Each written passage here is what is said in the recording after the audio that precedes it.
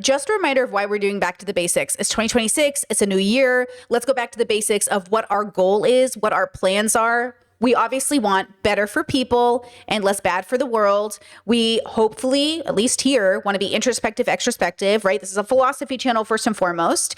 We are trying to understand what it means to be a person, to exist. We don't even know why we're here, how we got here. I mean, we're learning, we're figuring it out, we're discovering, we're doing the science. We're discovering so much about what it means to be a person. And while we, figure it out, we're also like messing up pretty heavily.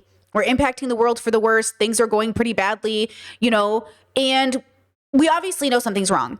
The problem is that everybody keeps trying to offer their solutions. And so I am one of the billions who are offering her own solutions. And it's, there's going to be pushback. So ask your questions, have the discourse, so on and so forth.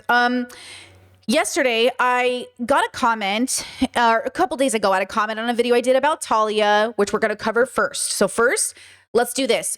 Okay, we're going to cover Talia, who recently went viral for wearing pretty. But reminder, our job is to deconstruct the bad, deconstruct the good, figure out how everything plays a role, and we're deconstructing beauty and ugliness and meaning and self. So when I go through all of this with you, know that the goal is ultimately to find truth and to find radical acceptance in the fact that we are existing as biological creatures. Remember, like I did in part 1 of going back to the basics, you have to first figure out what your fundamental belief is about existing. I think we're biological creatures, animals evolved on a planet having an experience. So that means that whether you like it or not, some things are just true about our existence and or change how we interact with certain topics. So for Brittany, when I think about ugliness or prettiness, there's no offense to it because I've deconstructed the need to be pretty.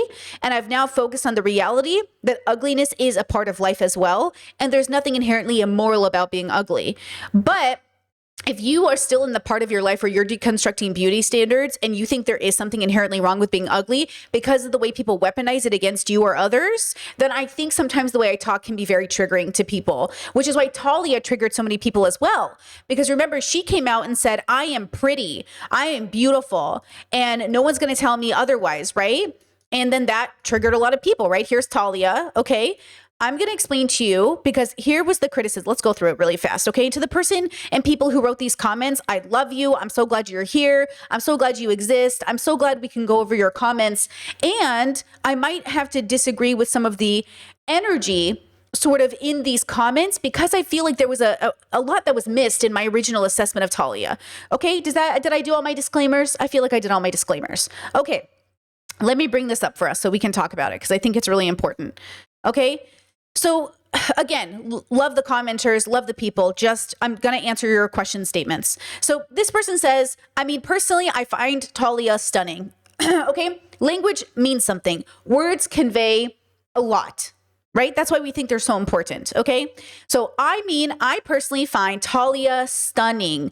Now, when Brittany hears the word stunning, when my brain and consciousness hear the word stunning, I apply that to a very select group of human beings, but I love that they feel that way about Talia because interesting. Okay. I wouldn't say that's my lived experience of finding Talia stunning. I wouldn't say that would be my observation, but I think that's a valid perspective. But okay. Then they said, but that doesn't really matter. I support every woman saying she thinks she's beautiful. And if anyone flips out over a woman saying that, that's on them and they need to go out and touch grass. Fine. And so that's fine. And okay, I agree that if anyone flips out because any gender of any person says I'm beautiful, like, why are you mad about that? But I think it's a little intellectually dishonest to think that's all that happened here. And that's my beef with sort of what's happening right now in the gender binary conversation. And understand this because I'm on a gender deconstruction journey. I personally do not identify as a woman the way some women are women. So I'm not having this experience anymore internally. Sometimes externally I have a woman experience, but internally I'm not having it the same way anymore. And so for me, it's really hard to see women on the internet, especially, push back and fight back and argue with each other in a way that just feels reactionary, no judgment. about deconstructing the patriarchy in looks, right? So we're going to talk about all that today. I know it's a mouthful, but stay with me. This chatter says, I'm still wondering about the offensiveness of the number system. I can accept people just are a certain type of attractive, but to put a number on it, it's so rigid. It's an unfair way of describing beauty, which is much more complex than the numbers 1 through 10. Though I think that can be true, I also find simplifying things can be very, very helpful. And look, every one of our brains is so different. So I think that's really important. I'm going to explain in numbers Talia's beauty and explain how I come to this consensus. And the reason I do this is because it's very helpful for me. And this is why I say philosophy really is a special interest in something I love. There's never a wrong way to ask what is love. And therefore, there's no wrong way to ask, like, what is beauty? You cannot ask what is beautiful enough times because the answer is fluid. Right? As is love. That's why philosophy feels redundant to people. They're like, didn't we talk about this already? Girl, sit down. We're going to be talking about it forever. It doesn't stop. We never stop asking the same questions. That's what philosophy does. That's what it is. Right? So I'm going to explain the scale in a second. Okay? This commenter, very passionate, love, sending lots of love. Too much to take apart, honestly, in this comment section, but they were pretty upset with me, which is fine, right? But they said, I don't believe that. I don't believe that her tone proves she's rage baiting. So I made the assessment that Talia is rage baiting and or grifting and or honestly just a deeply unethical woman who basically adheres to patriarchal standards while using anti-patriarchal language to win women over. Like she'll say in one breath, women, fight for yourselves. You're beautiful. No one can tell you otherwise. And then on the other side of her breath, all of her content is yelling at women. Okay. Misquoting Black women. This is very important.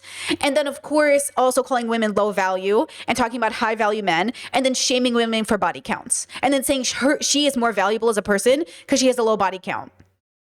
So I think, again, it's intellectually dishonest to say people have a problem with Talia simply because she's a woman who says she's beautiful. I feel like that's so disingenuous. Like that's not what's just happening here, right? So it's interesting that, again, are we not going to understand how these things play a role in how people judge you, right? So they said, so this person went on to say, they believe that because they post made them feel anger, that she must have been intention. That must have been her intention. They are wrong. Don't let misogyny get to you, Brittany. So now I'm being accused of being misogynistic. Fine.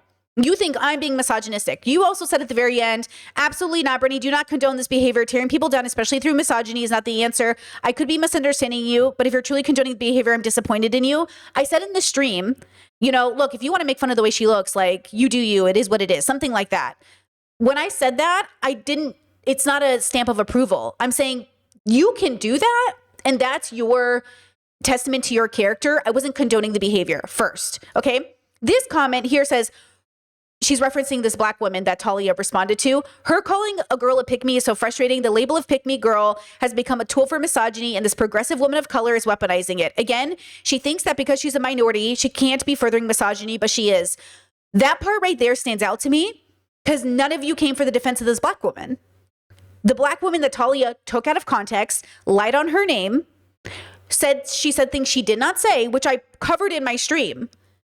So now you are siding with a white girl who's literally promoting misogynistic talking points in her content, who's literally attacking women to go viral, and who's literally doing everything she can do to get closer to the standard, right? Where was the defense for this Black woman? And I'm just so confused why you guys are so upset about Talia being criticized, except to say that I think it rightfully and reasonably might have triggered some people. So it maybe blinded this group of women or people from understanding that I'm criticizing Talia for a very good reason. This Black woman is criticizing her for a very good reason. It's not just because we're annoyed she thinks she's pretty. That never would have been the issue. Drew Afawalo gets on stream all the time and talks about how she's pretty. Jackie Aina talks all the time about she's pretty. Okay, yeah, they are pretty. Nobody needs to humble Jackie Aina or Drew Afawalo because it's also followed by an understanding and a deep deconstruction about what it means to be a person.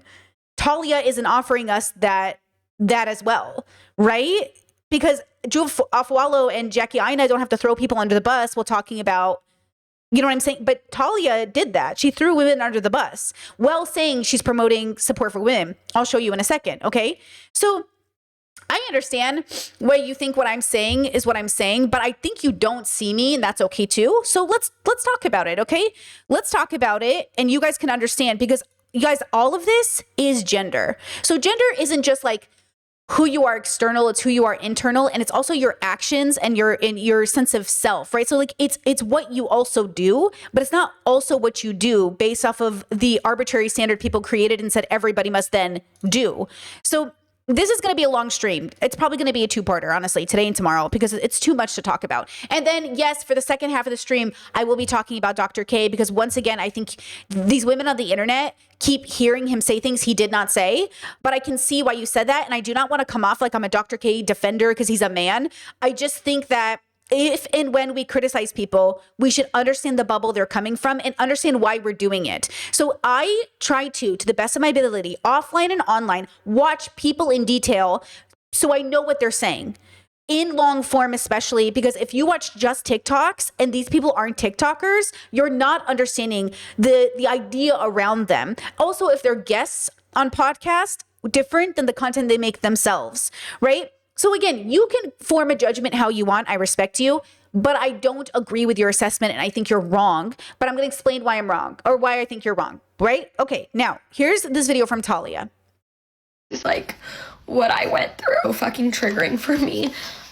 Eating weight and like not being happy in your own body and like literally documenting every single calorie. In high school and growing up, I had so much confidence. And then when I went to college and I gained weight, I just fucking hated myself and I hated life because I literally tried everything. Nothing was fucking working. Like it would work a little bit and then I would gain weight and I'm like, how am I gaining weight? Like I'm doing more than I ever have. I just remember like thinking back to high school and how judged I was, like being confident and being loud and outspoken. Told myself like when you lose the weight, when you get a nose job, when you do all these things, be calm, never apologize for it. Never hold it back for anyone who judges you because they're insecure. I'm proud of myself and no one could ever take it from me again. I want that for all of you because I know what it's like to feel insecure and to hate yourself. I get it. If I was at that darkest point, seeing someone online saying that they're turning heads and they're confident, I would probably be really angry too. Now being at this point, I know it's a projection of how other people feel. I just want to say you're not alone. I love you guys so much. Follow for more and I'm going to post transformation videos so you guys can see where I've come.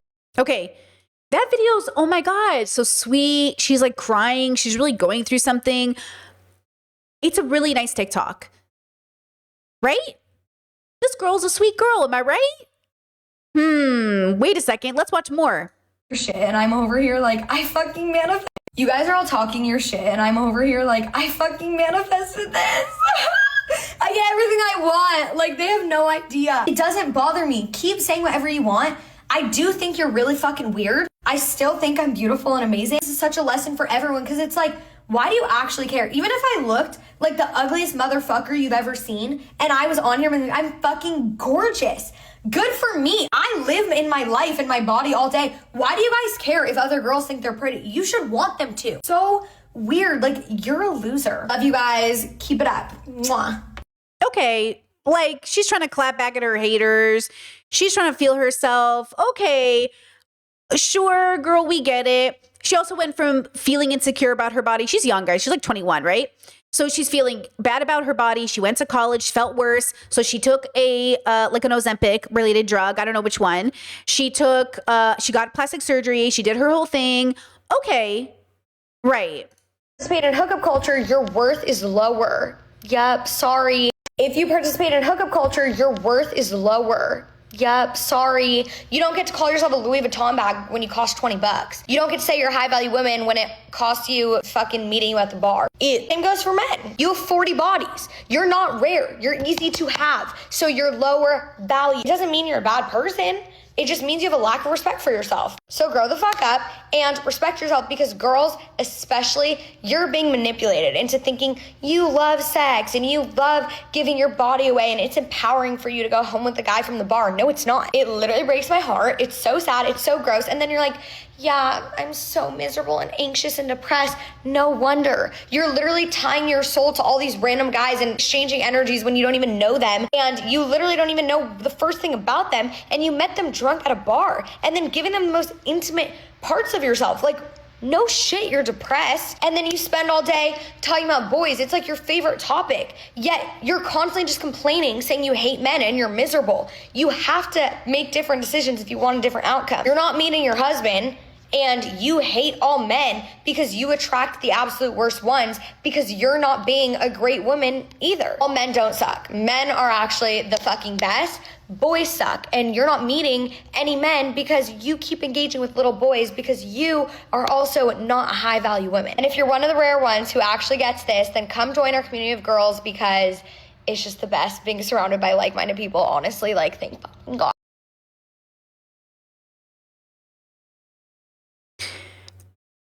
I love my audience, and you are always allowed to criticize me, but you're wrong about this girl. Okay? We are not commenting on the fact that she can't think she's pretty. We're saying it's not as innocent as she thinks it is, nor the way you're getting defensive of her makes any sense. The way you are so busy fighting for her in the comments instead of seeing her for what she is, which is a product of white supremacy, a product of the standard, a product of everything we're supposed to be deconstructing and changing, right? She didn't do these things for her. She just said, right, in so many ways that she's doing it for the standard of patriarchy, which is high value, low value, right? She said, oh, it's not a judgment against you. It's just like you're worthless. That is a judgment, right? So I'm not saying that my commenters didn't have a right to feel a little defensive because when a girl says she's pretty, people really go after her. I'm saying be careful of the women that you are so aggressively fighting for, and understand that women, of course, can say they're beautiful. But I do not support Talia as a person, given her rhetoric. I'll show you more, right? Okay. I will say, though, that this goes back to what I talked about the MAGA Karens, where people in that comment section about Dean, by the way, using like sexism and misogyny at me, right? Calling me like a bitch and stuff like that, just to like prove a point. Hilarious, by the way. But like, I get what they're doing. They're trying to say like, battle Dean. You think you're so smart. You're probably stupid. Da, da, da, da. Brittany, don't be a Karen. Da, da, da, da, da. Like, I get it. They're mad at me because they think I'm siding with the MAGA women. I'm not siding with the MAGA women. I'm saying I'm sick of seeing women talk about being raped and everyone just keeps moving along like it's a debate point. I'm sick of people saying I was in domestic violence and just keep moving along like it's a debate point. I'm sick of people saying that like they went through something really fucking hard and everyone just keeps like, and I know Dean tried to like, but at the same time, he is a kid and yet he's, you know, he still needs to be criticized. He's one of the biggest content creators. That's what I'm saying. You cannot be one of the biggest content creators and not be criticized. You also, you know, need to be held accountable as an independent voter. But it's funny that people can't learn to separate these things. So we have to do that today, guys. Okay? Because our goal is to really understand what's happening in the world. Not to generalize or just, you know, assume that every single person is having the experience you're having. So you projected onto Talia an experience she's not having. And you assumed things of her that were wrong. The original commenter who literally said this woman of color weaponized, you know, thinks she can't, you know, you went after this black woman who Talia, and I'll show you in a second, literally took out of context. I showed you last time I covered it, but I want to remind you in case you don't remember the video. But before I go into that, you have to ask yourself, why am I getting so defensive for a girl on the internet I don't know? And do I really understand her? And again, same with Dr. K and everything else we're going to cover today. And why? Because gender dynamics are ingrained in us from day one. And we assume that because this gender, this action means X. And I'm saying if we're really going to understand what gender is and sex or whatever else, you know, we have to understand what it means to even be born in a body that's labeled and then told that this label means this action. And then we have to understand that what's the patriarchy and what's me. So, okay. Again, when we go for the rating systems of 1 through 10, you know, those rating systems, when we go through those rating systems, there's the patriarchy 1 through 10, white supremacy white through 10, global white through 10, and sort of all encompassing white 1 through 10. These are different scales and they have different results. So nobody is saying there's an objective 10. We're saying the 10 changes based off of the standard, but that doesn't then say that a 10 doesn't exist.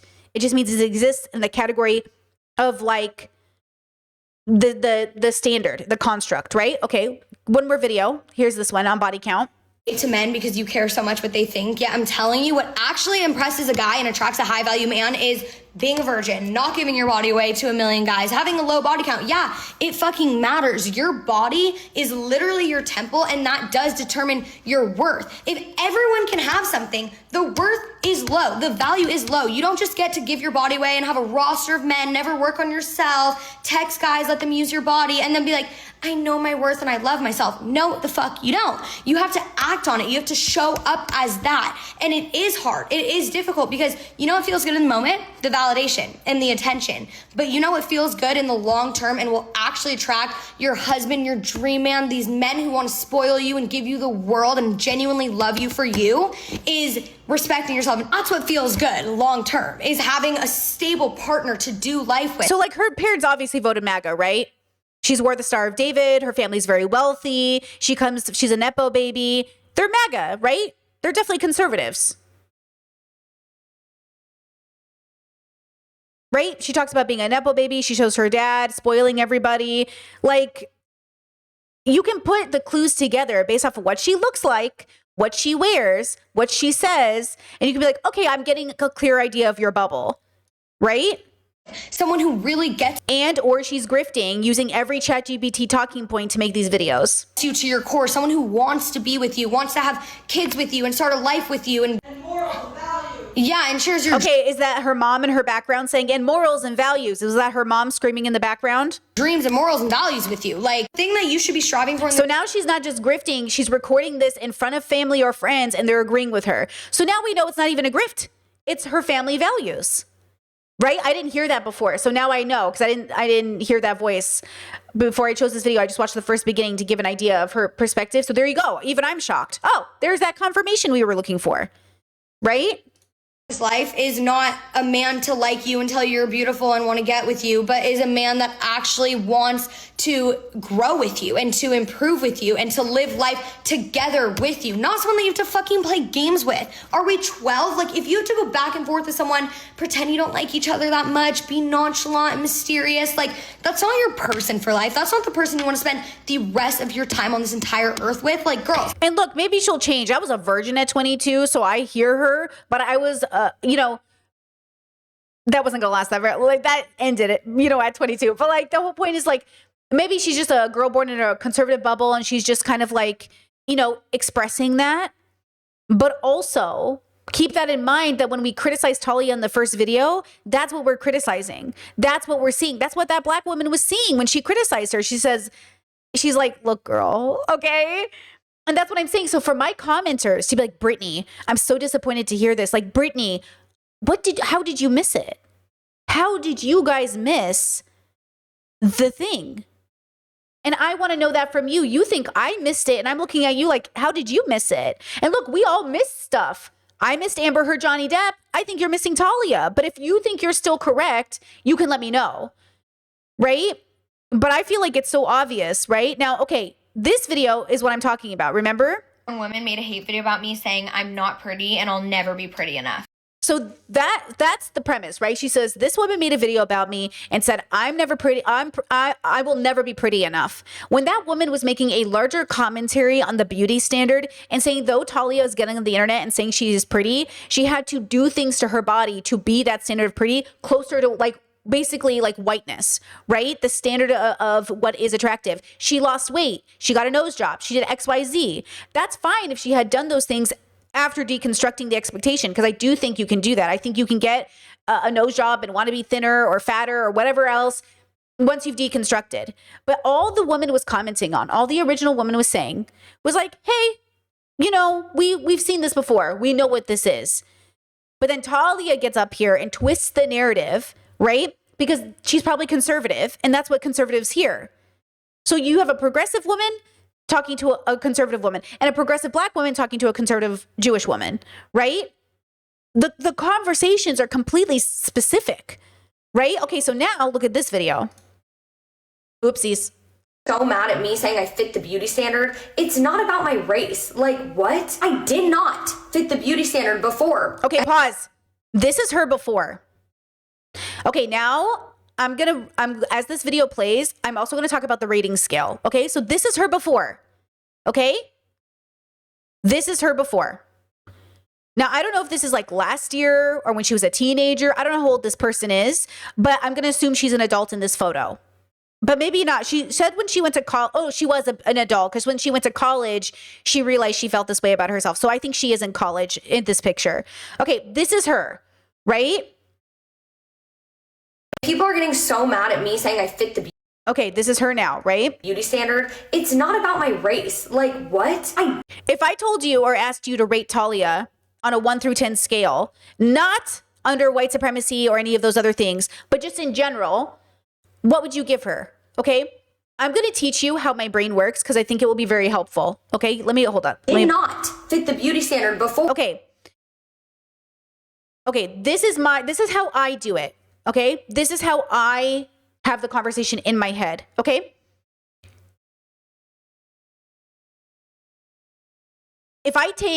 So I don't think of who is a 1. I think of who is the prettiest person in their prime. So I also think prime because we're human beings. We're in our primes. We have primes. The primes are not when we're 14. Okay. Red pillars would be like, your prime is when you're 17. Your prime is not when you're 17. In my opinion, most people's primes are around 28 to 35. Okay.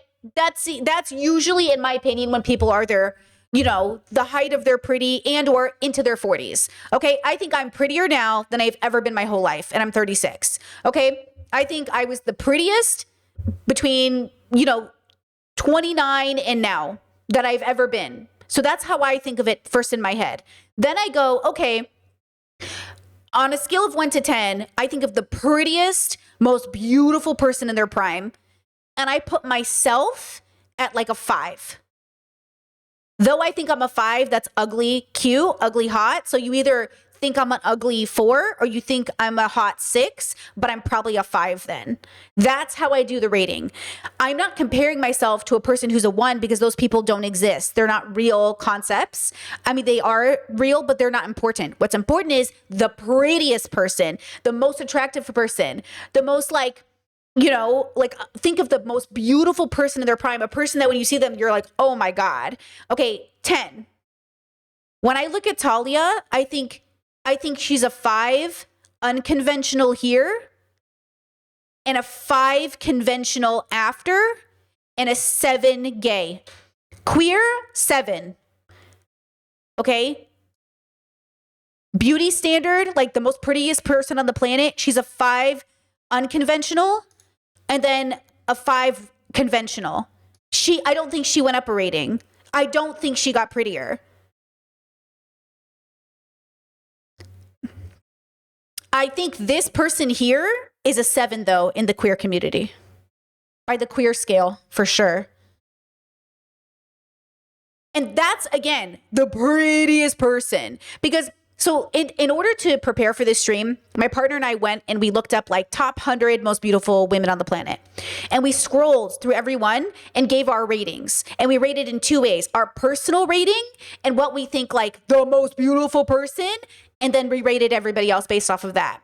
And that included Margot Robbie and Halle Berry and Jennifer Aniston and all the celebrities, and all these people. And again, our rating versus like next to the most beautiful person.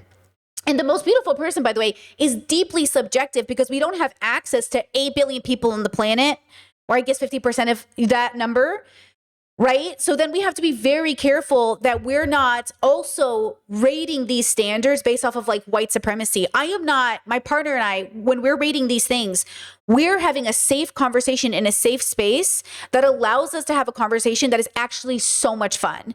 It is like the most fun conversation. And I want you guys to all get there if you want to. If everyone's serious about deconstructing beauty standards, there's a very fun conversation to have about beauty that is like really safe to have in the right space, right? Where like you can look at them and be like, next to this person, I'm like here and it's not going to hurt your feelings. So I think chat, what did chat say? Hold on. I saw it earlier, right? Damn, that feels so harsh, a 5. Are you saying it feels harsh to call me a 5? Right? Like, are you saying that? Because I don't feel that way about myself. I just feel like, yeah, that makes so much sense. I do not think that's harsh because there's nothing wrong with being a 5. 5s are just like right there in the middle, normal, average, right? You said you're way too cute to be a 5. But why do you think that? And what does that mean? Compared to who, right? Who is the most beautiful human in their prime you can imagine? Most beautiful woman in their prime you can imagine. And then do you think I'm closer to that than or right in the middle, right? So like, again, I think my partner's obviously very attracted to me. They find me very beautiful, right? But they even said, because I asked them, I was like, rate, and they go 5. And I was like, 5. Because they know exactly what I'm talking about when we're talking about the rating scale. Because again, I'm ugly hot. You either think I'm beautiful or you think I'm ugly. You either literally, when you're that category of person, you're playing a different beauty game in the world than everyone else. Nobody sits there and questions whether the most beautiful person on the planet is even beautiful. It's just automatically yes. But the fact that people have to wait and pause, the fact that people would be embarrassed to date me because I'm not pretty is the testament to what I'm talking about. And I get it. If I went on, you could take like, okay, if abuser Brad Pitt showed up to a party with me on his arm, the world would be like, what the fuck? They'd be like, I don't get it. But when he shows up with Angelina Jolie, people are like, oh, I get it. But if he showed up with me, it would be confusing. Even though his girlfriend, I think, is 10 years younger than me. So he could show up with a girl 10 years younger. And now misogynists and red pillars would say, well, Britney, it's because she's 24. But that's not true.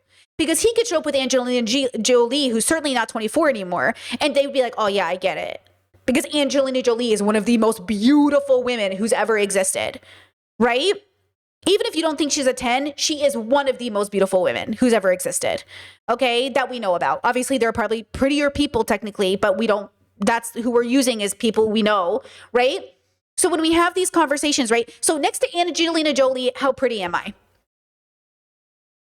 You know what I mean? And in case anyone has forgotten what Angelina Jolie looked like in her prime, because the prime is very important. Okay. Just in case anyone forgot. Hold on. I got to find her. She's been in Hollywood too long. There's too many pictures. Okay. We can bring up this photo. We can bring up this photo. This photo. Hold on, guys. Give me a second. This photo. Okay. So just examples, right? Next to Angelina Jolie. Okay. What is my number? Okay. And that's how I think of it. I go, okay, pick the prettiest person we can think of. And then like, kind of figure that out without hurting your feelings. Don't hurt your feelings. Okay? This is fun. We're having fun right now. Okay? We're having this is fun. Whee! Okay? Gorgeous. Gorgeous. Okay? Just gorgeous. Okay? Now, it was funny. Well, we were having, literally. Just absolutely gorgeous. Just absolutely gorgeous. You know what I mean? Just beautiful. Okay. When we were having this conversation yesterday, we were scrolling and we would have very similar reactions where we would start to be like 6, 5, 4, 10, 12, a billion. Like certain people would show up on the list and both of us would be like, 25, 20 billion.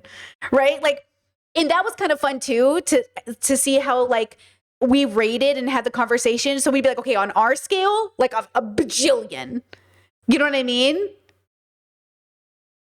And then it would be like, oh no, I disagree. Like this. I'd be like, okay, the standard though, next to the prettiest person, this person's probably here.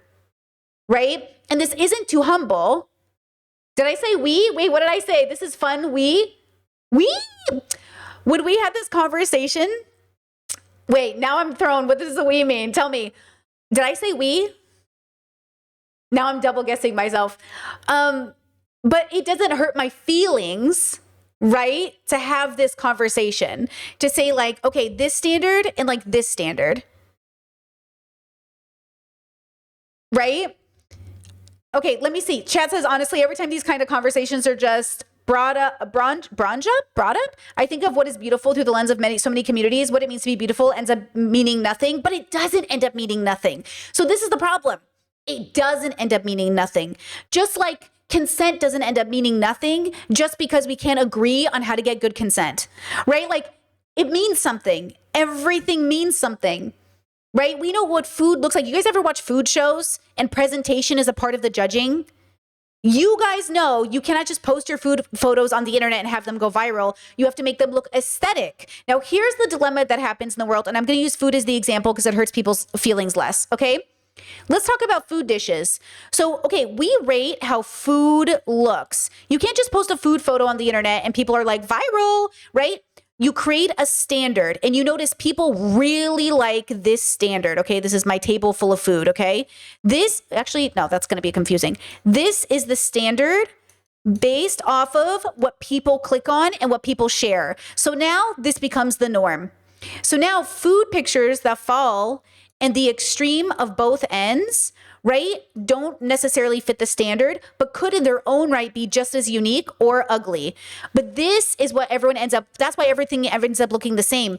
So people don't just build the standard because of white supremacy alone. People build a standard because people gravitate towards it, plus white supremacy, plus misogyny, plus XYZ. But even in queer communities, there's a standard of aesthetic. Right? In the BDSM dungeon, I noticed the average beautiful, like the average standard is like very, it's just a very average place. So like, you're like a 5. Let's say the dungeon is full of all 5s. And I had this realization, okay? Because when I was like in the dungeon, I would look at my friends would show up, like girls would show up to the dungeon and they were like 7s, but people treated them like they were 10s. And I was like, what is happening? And it's true. In the dungeon, since everyone's like a 3 to a 4 to a 5, when a 7 shows up, you think Angelina Jolie just walked through the door. And that's why there's a standard of expectation that nerd communities look a particular way or poly or queer people look a particular way. But that's because they're often not people spending like much time engaging a lot of beauty standards. They're spending all that time investing in collectibles and plushies. Or BDSM gear, which costs a lot of money, PS. And because it's not a priority of ours to need to look, because we already are attracted to each other, we don't have to set a standard of like a certain aesthetic. But if you go and shop with the girls at Lululemon, the standard changes. But the beauty standard exists even out of those spheres. And again, it goes to the idea of like pretty food. So again, like the standard of what is good food and what looks good is cultural, okay? Culture, yes. Okay. Bigotry, okay. Bigotry, yes. Okay. Desire, yes. Okay. And status, okay. Yes. Now, can you deconstruct all of these things to actually build a standard that can actually rate a 1 through 10 that doesn't require you to depend on these things? I think you can. I think you can. And that's the conversation I tried to have with my close family and friends. That conversation. It takes a lot of work to have it though, because you have to catch yourself at every second while you judge, and you have to call out your own bias. So when I would be rating the women and I'd be like, oh my God, 15. And then I'm like, wait, that's my own bias. I don't know what she looks like. I can't help it. She's so pretty to me. I don't know what she looks like anymore. Because, you know, you have that internal, I have a very particular kind of aesthetic that I like, a very particular kind of beauty that I like. And it's really hard for me sometimes. And that's why I think it's very hard to have this conversation, because you do have to say, outside of culture, outside of bigotry, outside of desire, outside of status, what is their number? And that's really, really hard. We know you don't have to be pretty to find a partner. We already know that, right? So then what are we talking about? If we know you don't have to be pretty to be a partnered, then we know there's something more than pretty. What is it? What does it mean when I say you don't have to be pretty to find a partner? When women get on the internet and say, ugly men find wives all the time, what are you saying? You know exactly what you're saying. You know exactly what it is when you're watching a very beautiful woman in an interview and they pan over to her man and he looks the way he looks and you're like, oh, okay. If you love him, what do you think all of that language means? What are we saying? We're saying we notice. Okay, what are we noticing? That's the conversation that I think is really important. Chat said Selena Gomez and Benny Blanco. Look, okay. That's what we're saying. We're saying, oh, you know what, girl, if you love him, and you know, if you love him, he's probably a 10. And that's the point. You love him, so he's a 10. But let's divorce your love from it for a second. What's my number? And then what is the number? So you take the most attractive man that you can think of at his prime and Benny Blanco, where does he stand? Okay? And I'm saying there's nothing wrong with being ugly. There's nothing wrong with being pretty. There is and can be baggage attached to it, all of these negative things attached to it, right? But it's our job to deconstruct it, to have these conversations in a safe space. You know what I'm saying? And that's the point. Can you get to the point where we can have this convo? Discord said, Halle Berry's a 9 or 10 to me. Well, I'll tell you this. Look, as we were going through the list, the moment Halle Berry showed up, Angelina Jolie showed up, the moment like certain people showed up, we were like, oh, like 15, 20, 25. Like we were just like, obviously, at their prime. Okay, but that's our opinion. Then we said, okay, up against the most beautiful chart. And then that was different. So like Halle Berry to me is like one of the most beautiful women who's ever existed. And yet, if I then looked at her at a chart of the most beautiful person in Halle Berry, it's hard to say, maybe an 8. And by the way, 8, 9, 10s, guys, are beautiful people. Like, this is no joke. That's why when people go, oh, I'm an 8, I'm like, you're an 8? You're 3 points away from the most beautiful people? Angela Bassett? You think you're in the realm of Angela Bassett at her prime? Do you know what I'm saying? Like, you think you're Angela Bassett? Like, again, with peace and love, no judgment. But also, hello? Like, again, no, like, I'm not trying to say, you know, anything about you. But yeah, it makes me go, you're so sweet. But like, you know, it's like if these streamer boys showed up, it's like if Asmongold showed up and he's like, yeah, I think I looked like pretty similar to Brad Pitt in my prime. I'd be like, you know what I'm saying, girls? Come on now. Come on now. You take any streamer boy on the internet and they'll have the audacity. Why do you think Hassan is considered so hot? Even though if you look at Hassan long enough and he is attractive, he is not the hottest guy on the planet. He's just the hottest streamer boy. Just like my friends were the hottest girls of the dungeon, but you know what I mean? Compared to the prettiest girl in the world, they were, okay? That's what I'm saying. Like, when we have these conversations, we have to really think of which standard we're even appealing to, and there's no judgment about it, because I think at the end of the day, this just like, it's all a specific conversation you're trying to have for a specific goal. So how do you humanize people, show dignity, show all of these things, and talk about how obviously beauty standards or beauty relationships, like, they can matter. We can have relationships. We can have a relationship to this conversation that isn't going to ruin our day, right? So going back to Talia, like I said, I don't think she is any prettier before and after surgery. I think she stayed the same amount of pretty, and there's nothing wrong with that, right? Okay, let's continue watching this video. And I've been the same race the entire time. I was overweight. That's the number one thing. 2, I had a bigger nose. That was another big thing. I changed certain things. Now I do. I noticed the difference in the way I'm treated. I wasn't kidding about going out in public and saying that people stared at me and it made me anxious. And I stand on that. And yeah, sometimes it does make me anxious because I'm by myself. But being 2 completely different versions of myself on the outside, but being the same inside, and being able to notice the difference in the way people treat me, I clock that shit. And sometimes it makes me overthink and it makes me anxious, and that's me being real and vulnerable. And just because my vulnerability doesn't equal your insecurity doesn't mean that I'm not being authentic about it. Love you guys. Okay, so she doesn't understand. Okay, so she obviously had an experience that was real, right? There is a true experience people have between being a bigger and thinner. And yet, some of us don't even have that experience. Now, some people, when I talk about this, some people are like, oh, Brittany, you weren't even that heavy though. Like, you weren't even that heavy.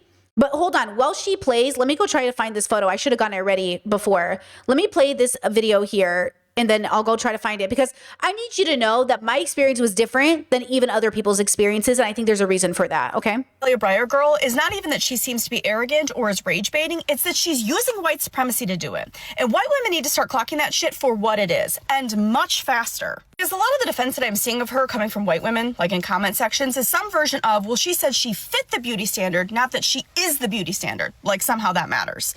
I guess y'all have to be hit over the head with a brick to understand this, because somehow we all collectively understand that there is a white Eurocentric beauty standard that women are shoved into that is reinforced and created through patriarchy and white supremacy, and that's a problem. But somehow her trying to do everything she can to fit that mold isn't a problem.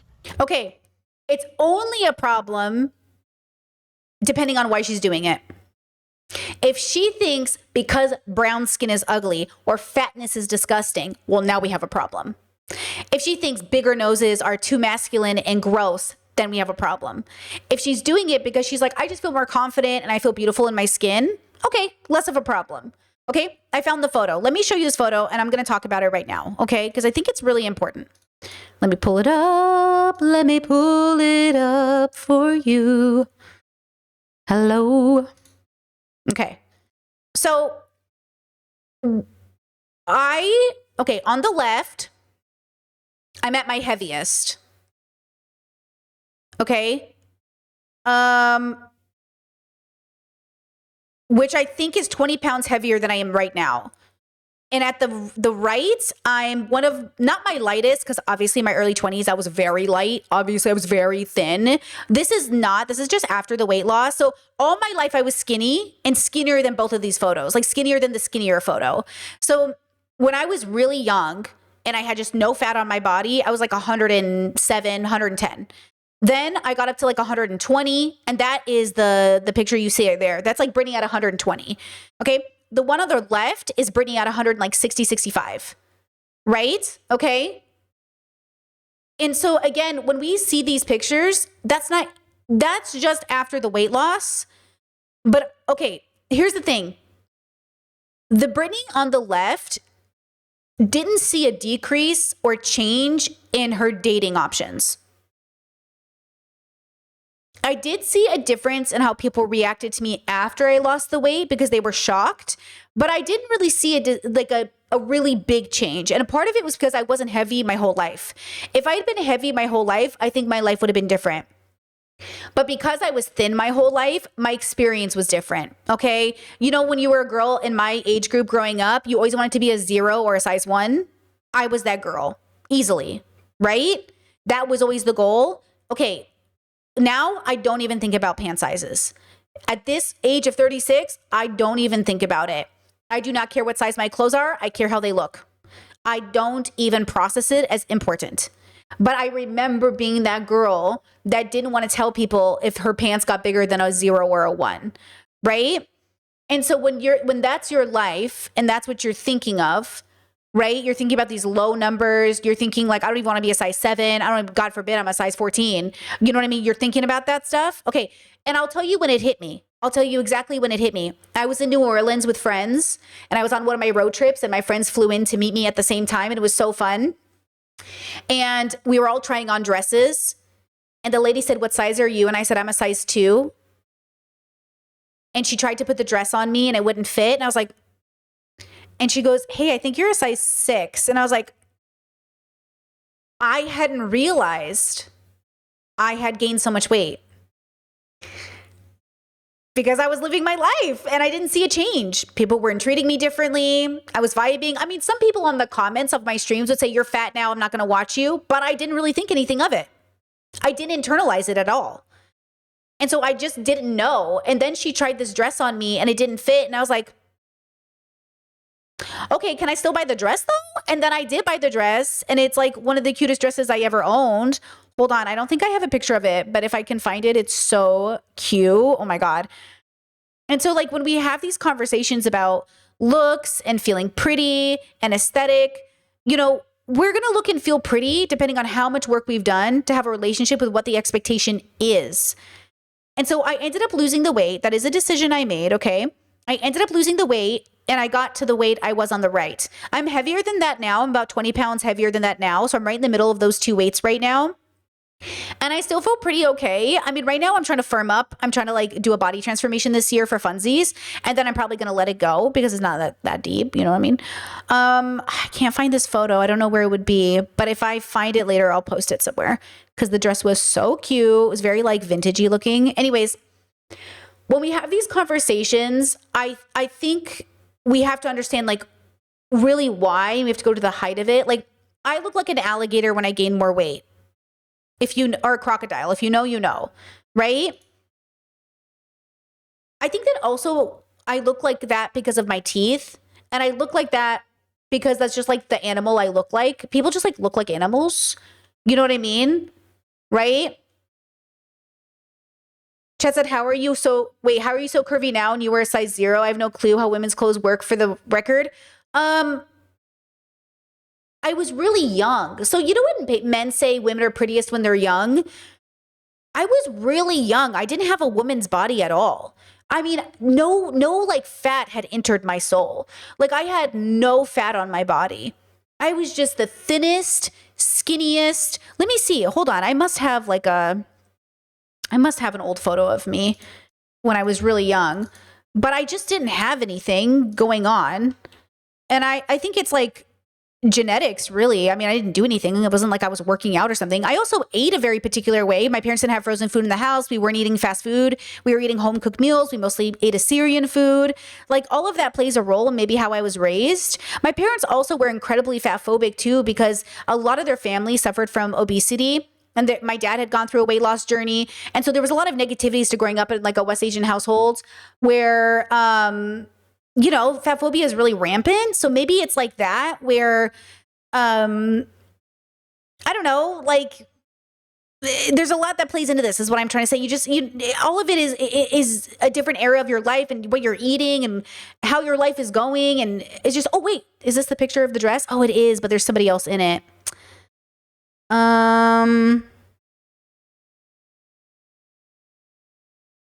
This is the dress. Oh, I want to show you this photo. Hold on. Hold on.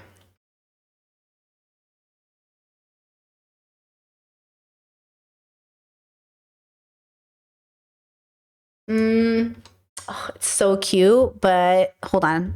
Give me a second.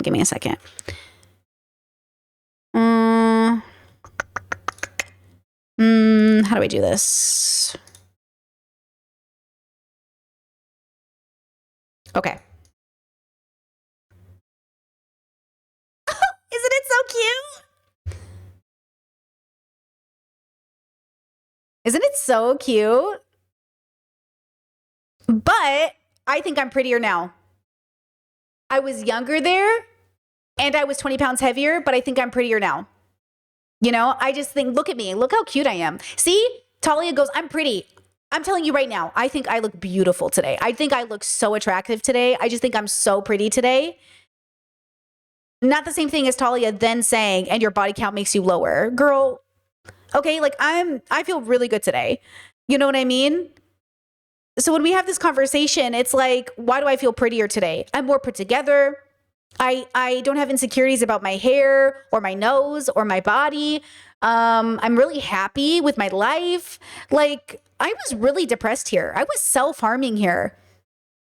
This Brittany in that photo, she would hit herself when she was frustrated. Very autistic meltdown, right? Like this Brittany was eating her feelings. That's why she had gained weight in that particular way, right? Like that Brittany was so depressed. You know what I mean? So for me, like I feel like I'm so much prettier. You know, Chad says, I think you can tell you didn't look as happy. Yeah, well, I didn't. And look, I know there's that stereotype of like, you think skinny equals happy, but the truth is like, it doesn't. Even when I was very, very skinny as a young person, I was also very miserable, right? So like, I never want to buy into this narrative that skinny means healthy or happy. I always want to buy into a narrative that says human beings are dignified and therefore there's so much more to them than just the simplicity of their aesthetic. And yet how you look can matter. Because if my friend, again, stops showering and it's been 6 months, that's going to play into how they look. And how am I going to show concern and love for my friend if I don't comment on the way they look? Hey, bro, you're looking kind of fucked. Everything is about the way you look. So the question is, can you eradicate from yourself the need to judge looks through culture, bigotry, desire, and status? And can you then judge what someone looks like? Not to condemn, but to categorize, right? Can you categorize this thing without the bigotry?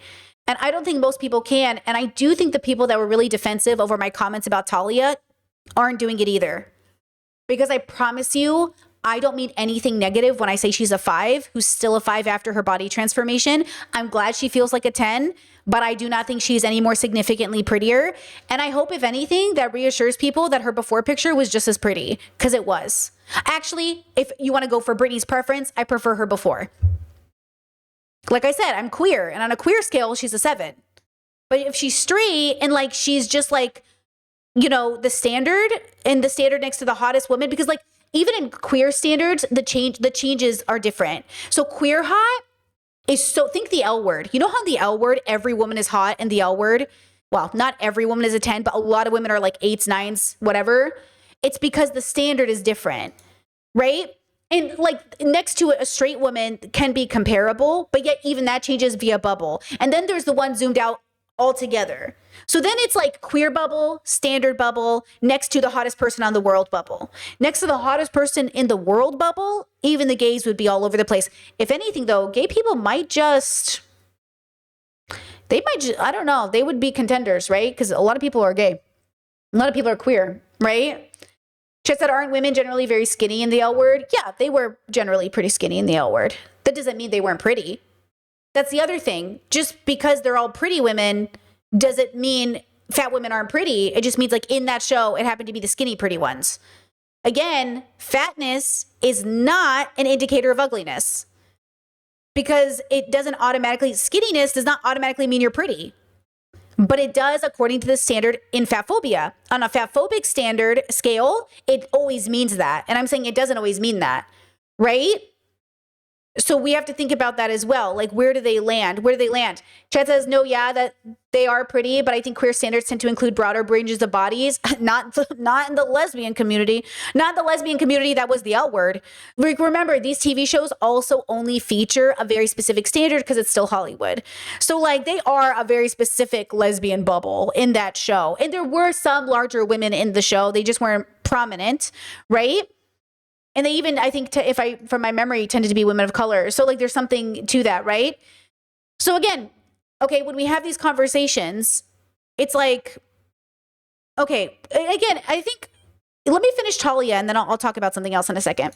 Be stupid, because if you actually think about it, it literally has no benefits for you, especially as a woman. You're literally giving this guy exactly what he wants and then begging to basically be played. You like the game of him giving you absolutely fucking nothing. There's no bar anymore. I actually think it's a reverse bar because you want to be treated like shit, but it's all a fucking brainwash lie, okay? Life is better when you actually set high standards and you're like, I'm not gonna accept that. Who the fuck do you think you are to treat me like that? I'm a princess, I'm a queen. I deserve the fucking world and more. Suddenly, when you have high standards, guys have no choice but to measure up. I've never been played. I don't even enter the fucking arena to get played.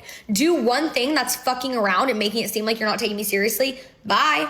What the fuck? Like, I don't need you. I'm good. Like, if you will add something to my life, great. If not, great too. Bye. I already have everything. And that's the brat mentality. That's really the mindset you have to have, is like, I'm gonna accept nothing less than the fucking best. So sayonara, bitch, if you can't give that to me. You're welcome. And okay, do we get it? Are we processing? Is it like, you know what I mean? And you should be respecting it. And that includes who gets your body is literally a temple. And you should be respecting. Wait, did we already watch this one? Now I can't tell. Wait, now I can't tell. Okay, here's this woman. Breyer conversation is very interesting. I saw the Talia Breyer conversation is very interesting. I saw a creator make a video saying that if you were the standard of beauty, you wouldn't have to fight to be included. And that brought something else to the forefront of my mind of that girl. Which, by the way, you remember that chatter the other day who was a little frustrated with this topic, and they said like, you talking about it is just like it doesn't feel wise because you're like closer to the standard of beauty. I've had to fight too damn hard against people accusing me of being ugly as fuck for me to like, you know what I'm saying? It would be pretty outrageous for me to get up here and talk about I'm the standard of beauty. Yes, I am closer to the standard of the white beauty, which I don't even care about. So for the record, when I think of standard of beauty, whiteness is never what I think about because I've deconstructed the white beauty standard. Have you? Have you deconstructed it? Because again, when we're talking about like who is pretty and who is not pretty, everybody's pretty. But if we're talking about like, are you the prettiest person? I don't want to talk about whiteness because I don't give a fuck about your racism. But if you're talking about white supremacy standards, then we have to talk about it. But there is a scale in which we can put people in categories that does not take whiteness into consideration. So you know what I'm saying, right? It's pretty because that is the standard that white people have to put forth to make everyone else believe that they are the standard of beauty. It goes to the Taylor Swift effect that a lot of people talk about. Yep. Taylor Swift is achievable and she is relatable to a lot of white women, so that's why they love her. She's not overly beautiful, overly talented, overly much of anything, but she is someone that you would see all the time. You probably know a girl who can sing just like her in your neighborhood and looks similar to her. She was probably in your school's theater program. Same thing with Sydney Sweeney. You cannot push. Okay, so Sydney Sweeney came up on the list yesterday. And when I was looking at the list of women that I think are like 1 through 10, again, considering the most beautiful person on the planet, I would put Sydney Sweeney at like a 6. I don't think she's that much prettier than me, which would be crazy. Right now, I'm going to get all these comments like, how could you say that? You're so ugly. Da, da, da, da. Fair. But I think if you really look at her, she's obviously a very pretty girl, but she's not that pretty compared to the most beautiful person in the world. You know what I mean? Like, she's beautiful. There's nothing wrong with her look, but she's not, okay? And that's why I feel like, why are we having this conversation? Like, we don't know. And again, with the Taylor Swift thing, Taylor's so pretty, but she's not the prettiest woman in the world at her prime. Do you know what I'm saying? Like, she's pretty. I love her. I'm sure if I was dating her, I'd think she was the most beautiful woman who ever walked the planet Earth. But like, what are we talking about here? And again, not because you're ugly. I'm not saying you're like ugly bad. Like, saying you're ugly isn't even bad. That's the problem. How can we talk about deconstructing beauty standards if I'm not allowed to be ugly? If I cannot say, oh yeah, like I'm ugly, and people are like, yeah, you are, then I don't think we've eradicated beauty standards. You know what I mean? Because I'm not using it as an insult. Do you know what I'm saying? I'm just saying, like, yeah, like, okay. You ever see an ugly dog? Do you know that ugly dogs get adopted less than pretty dogs? Do you know that? And yet we still adopt ugly dogs, but at a less rate. So I'm telling you right now, if we know what an ugly dog is, you know what an ugly person looks like, because we're all animals. We're all animals. And yet there's nothing wrong with an ugly dog. There's nothing wrong with an ugly human. You're allowed to be ugly. And also, you're allowed to be ugly and still be the most beautiful person to the person who loves you, or still be considered attractive, or still considered all of these things. You can be ugly and still be the best, whatever. You could be a model. You could be other things. It's not about valuing ugly as like less than the spirit of the person. White women who are too overly beautiful, think of Jennifer Aniston and how she's pushed. White people absolutely believe in representation, and that's why they make the average. Jennifer Aniston came up on the list as well. For Britney, at her height, I think Jennifer Aniston is like a 12. I love Jennifer Aniston. Next to the most beautiful women in the world, 7, 8, depending, 7.5. But like, me, Britney, I think Jennifer Aniston is beautiful. I just think she's so beautiful. So it depends. It just depends on next to, and again, that's how I do the rating. Who is the hottest, the most beautiful, and not hot like sexy, like beautiful, and then put her up against, you're like, okay, I see it. Okay, I see it. The standard, the movie star, the actor. And extremely beautiful white women are usually only saved for modeling or extremely niche roles. Think my girl Angelina Jolie. Because then people will look around and just see a bunch of average looking white women and realizing that, oh no, these are just also our elites. Black, brown, Asian people have to push forth their baddest bitches all of the time to prove and strike a petition that they can be beautiful. Even if the standard of beauty within our own community isn't necessarily that. That's why that conversation of when black women and non-white women are always like, why do white people tote like this celebrity as the standard of beauty over this one? It's because they have to continuously rationalize their beauty as being the standard of beauty. So yes, women like Talia walk around thinking that they're absolutely the most beautiful woman because that is what society tells them they are. And she is interesting to look at. And she technically does have all of the features other than blonde hair that most people would would associate. But, and this is another part of it that maybe you don't like, maybe you don't want to talk about. Though she has all of the features, her face put together doesn't actually put up her ranking. You can have all of the typical features and still not be the most beautiful, because it's not just features alone, it's how they fit on your face.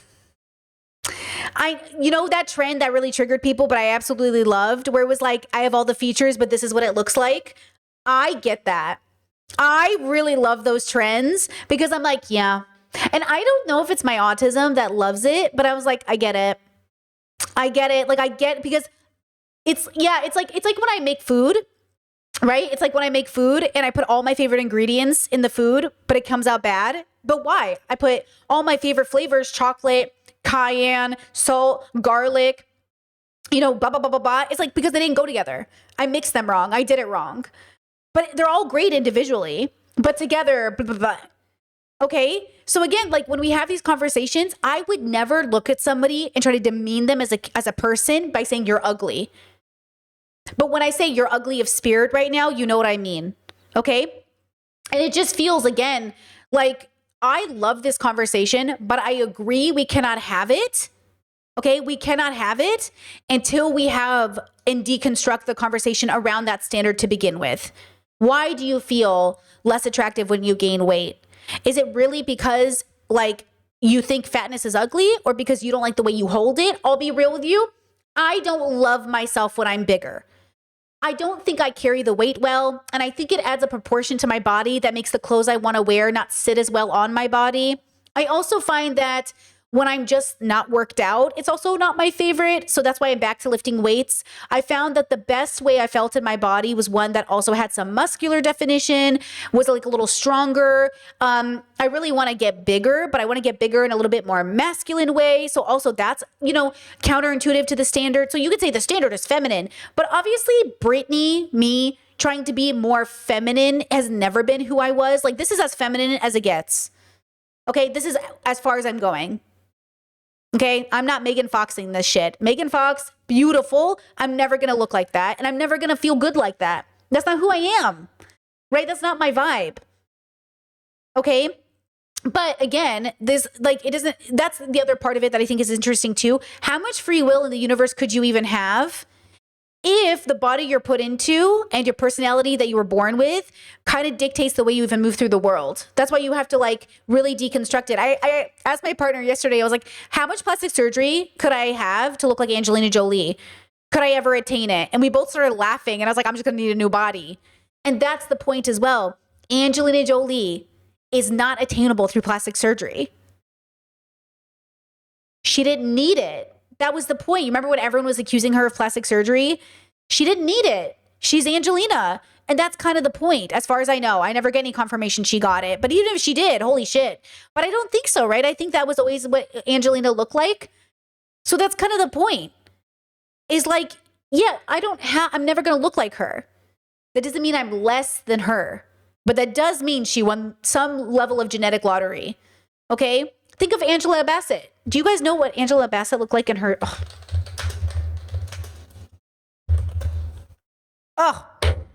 You know what I'm saying? Like, you guys, I feel like you cannot look at her and say like, oh yeah, like just a person. Like, maybe we're defining people different. Like, okay, Angela Bassett in black and gray. Okay. You know her. And if maybe you don't know her. Okay. Did you guys see? Oh my God. Love her. Did you see her in The Witches? This is her when she was younger. How pretty is she? Oh my God. Oh my God. Literally perfect. Literally perfect. Who am I to walk among her? Oh, literally perfect. Okay. She's just like the most beautiful human being. And I just look at her and look, 9, 10, whatever. She's not a 6. That's the point. 9, 10, you can even say 8, but I would argue with you. Okay. But I would say definitely not a 6. Okay. Definitely not a 6. And that's the point I'm trying to get you to understand. Like, it doesn't matter how you feel about yourself, which is beautiful. You can feel beautiful. next to, you know what I mean? It's like, oh, I see it. I get it. I get what's happening here. I understand. It's you know, I'm processing. You know, and it's not to hate on you though. It's not to hate on you. It's to say that like, okay,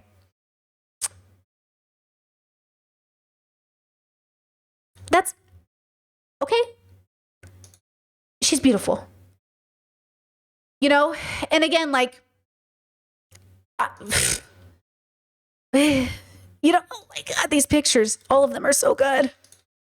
You know, it's just like, okay, what are we talking about here? Like, what are we talking about? Now, listen, my personal standard, I think Angela Bassett is like a 25,000. A 25,000. Okay? I just think like top of the top of the top of the top. Against the most beautiful people in the world, nothing below an 8. I don't even want to hear you say it. Because you know, again, based off of the limited population access we even have, because God knows the most beautiful people on the planet have probably never been seen by the internet. We probably haven't even seen them yet. You know what I mean? And that's the other part. Okay, now to whiplash you back. And I would never date a broke man. That is so fucking pathetic as a man to be broke. That is your one job, to provide and protect. And you're gonna let me pay for anything around you?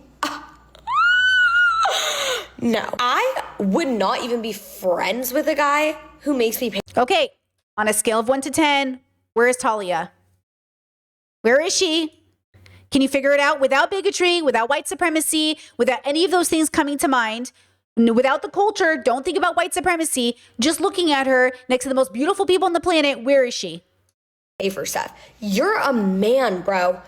And you're gonna watch a girl buy a coffee in front of you? You don't have $7? Hey, chat, very self-aware, says that bad personality makes people look so ugly to me. I'm already biased. Yes, it does. And that's what racism is. That's what bigotry is. That's what everything is. That's why the beauty standard has to be deconstructed. You're right. It is within my brain as well to think less of her beauty because she said what she said, because she is this personality. So what I have to do is, okay, put that aside. Yes, she's annoying. Put that aside. What is she? Okay? Can you do that practice? Again, we're going back to the basics today. Can you tell your brain, I'm aware that I have this bias and prejudice. Do I have the ability to put it to the side? Because most people don't think it exists. They're like, this is just objective. You're ugly. This is just objective. Brown people are less pretty than white people. It's not objective. You have a bias and a filter. I'm saying, okay, if you eradicate as many filters as you can, what's the answer? And still understanding that the ultimate filter is our brain. So you can't even eradicate the filters all the way, but you can take a lot of them away. Take away most of the filters and then have the conversation. Okay? And that's the point. Like, no. Also, a broke man would never want to date me because I would fucking make more money than him and he would be intimidated by me and then start little competitions. I know how it goes. I know the fucking rules of the game. Let's be real. No high. Love an Epo baby talking about how much money they make. Love that. She probably makes money. Okay. 4 to 5, 5 to 6, 7, at least a 7. How interesting. Very generous of you. Like, again, like when we have these conversations, okay, they are, yes, based off of our bias. Okay. But yet next to, okay. And again, it's not a competition of like, I'm a 10, so I'm better than you. You're not better than people because you're prettier. You are not better than people because you're prettier. But I see that you're prettier. Okay? But you're not better than me because you're prettier. But I can see that you're prettier. And can you do that? Can you divorce better than because prettier than? And then this becomes a lot of fun. This becomes a lot of fun because it's categorizing. Which color of blue are you? All shades of blue are beautiful, but some shades of blue are different. Because when you can do that, it becomes really exciting, like really fun to categorize people and to have. Now, you might not actually like doing this though, to be fair, but I do. I really love it. You know, it's just so much fun for me because it really like hits that category desire in my brain to put things into bubbles, right? Chaz says, am I supposed to be rating her on her looks or what she's saying? Because maybe she's a 6 in the face, but her words and messages are so boring and basic, it makes her like a 4 to me. Great question. Exactly. All of it. When you are sitting and deconstructing and going back to the basics of what it means to be a person on the planet, you have to understand that we are, imagine you're going, okay, this is how I see life, okay? And this is your job, okay? We are going through life, okay? Oops, boop, beep. We're going through life. Here's our little line. Okay. And as we go through life, okay, we start to, here's us going through life. Oop, oh. Okay, well, I don't know what's happening here. Looks like I'm just gonna, okay, no. We're starting again. Brittany. Why do I keep drawing? Okay, this is us. That was hard. Okay. When you go through life, you start to pick up a bunch of information, okay? A lot of it is helpful and a lot of it is really bad, okay? As you move through life, you have to figure out what to keep and what to get rid of as valid and real, okay? And a lot of that has to do with what people look like and how we should judge them based off what they look like. There was a TikTok going viral recently. I don't know the context, so that's why I didn't bring it up today, but just the premise of the conversation the woman is having secondary to the initial situation. So if you know it, that's fine. But this woman made a response that I thought was more interesting than whatever initially happened. She wanted to counter this idea that unhoused people deserved partners because there was an implication that unhoused people don't deserve love.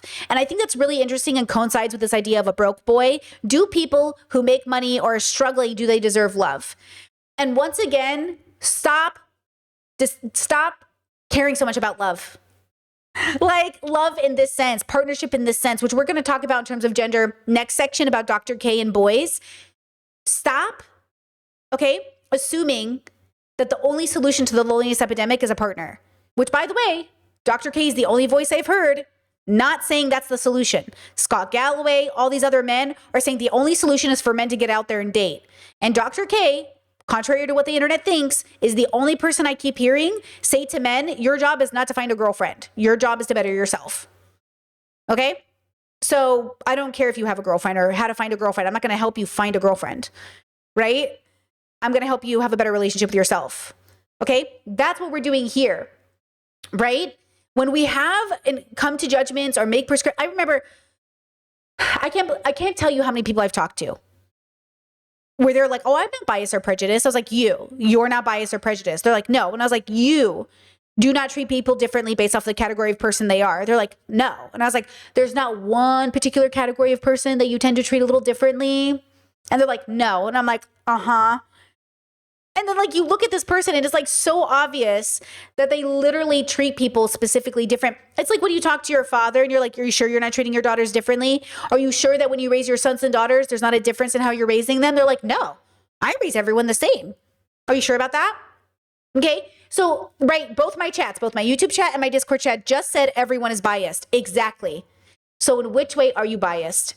So when you think about beauty, so when you come at me in my comments and say, Brittany, I can't believe you went after this Talia girl. Don't you think it's wrong that the internet is criticizing her? Sure. But do you see why she evoked an emotion out of people on a multitude of layers? Do you see why men hated her because they hate to see women say she's pretty? And obviously it evokes some desire for us to say, oh, you decided to put a rating on yourself? Let me join in. And then the women who are progressive saying like, this girl's giving white supremacy. This girl's giving judgy. This girl's giving misogyny. Like, can you not see? So then it begs the question, what is the point of fighting patriarchy if you don't also deconstruct how women are raised and react in patriarchy? So again, going back to MAGA Karens, I can see from a human perspective outside of politics, I empathize with your rape. I'm so sorry that happened to you. Next day, hey, do you want to have a conversation about ICE agents shooting U.S. citizens and kidnapping people off the ground? Yeah, I would love to have that conversation. Yeah, I think it's philosophically evil to do this to people, to terrorize people in this way. Right? And then we can have a conversation about ethics in terms of government intervention in harassing people who live in America. And then we can say, I think you're upholding patriarchy and white supremacy, and I think you're doing all these things. Okay? These are very serious conversations, but they are not the same conversation. One is from a human perspective of empathizing with someone's direct harm done to them, rape. And this is us having conversations about harm that happened to other people who are not us. And that's why we have to be careful about how we even talk about the harms happening to other people that aren't us, because it is happening to somebody. You're talking to somebody. You're talking about somebody.